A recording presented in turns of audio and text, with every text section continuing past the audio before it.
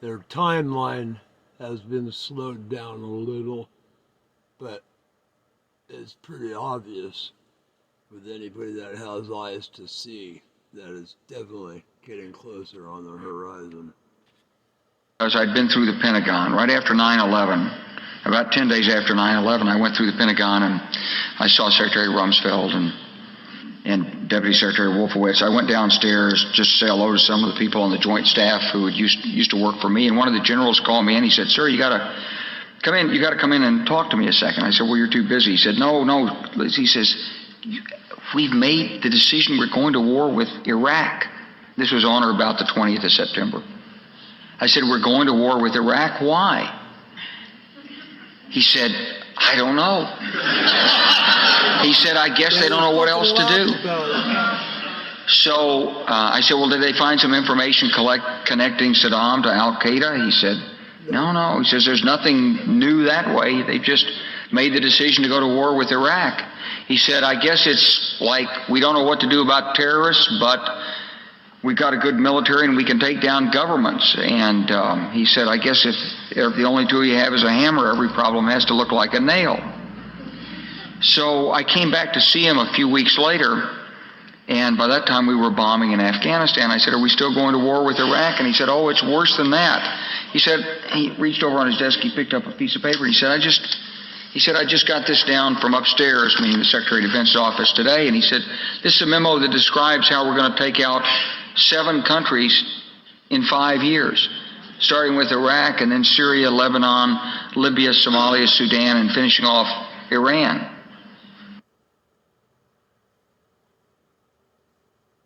It's a memo that describes how we're going to take out 7 countries in 5 years, starting with Iraq. My fellow citizens, at this hour, American and coalition forces are in the early stages of military operations to disarm Iraq, to free its people, and to defend the world from grave danger.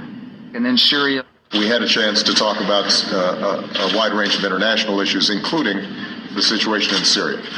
And I have to say that all of us who've been seeing the terrible pictures coming out of Syria and Homs recently recognize it is absolutely imperative for the international community to rally and send a clear message to President Assad that it is time for a transition.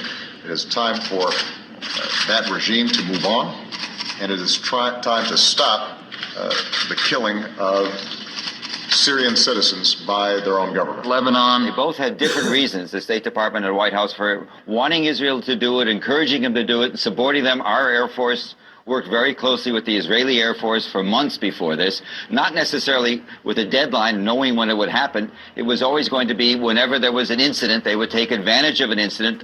The word I used was fortunate timing. When Hezbollah grabbed some of the Israeli soldiers in early July, that was then a pretext, I think that's the only word, for a major offensive that had been in the works a long time. Libya. Today we can definitively say that the Gaddafi regime has come to an end. The last major regime strongholds have... And that opened the door for all the Muslims to creep into Europe. Look around. Take a look in America now. Take a gander at Dearborn, Michigan. Type in Islam in Dearborn, Michigan into YouTube. Yeah.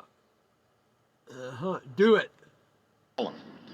The new government is consolidating the control over the country, and one of the world's longest-serving dictators is no more. Somalia. Well, violence isn't only on the rise in Afghanistan. In fact, it looks like America's shadow wars have now increased by 1. Drone strikes have long been reported in Pakistan and Yemen, but now there's news that a week ago, a U.S. drone aircraft fired on 2 leaders of the Somalian organization Al-Shabaab. Sudan.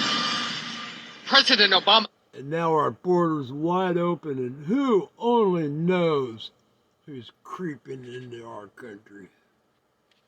Thanks, Biden.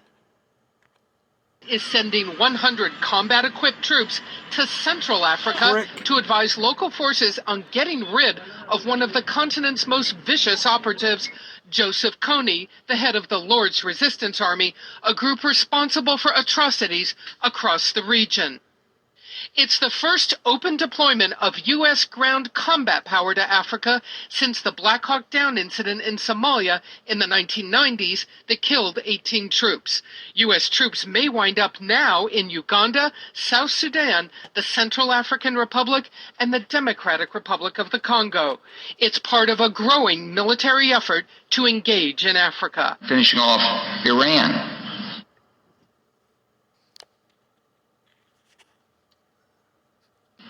I said, is it classified? He said, yes, sir. I said, well, don't show it to me.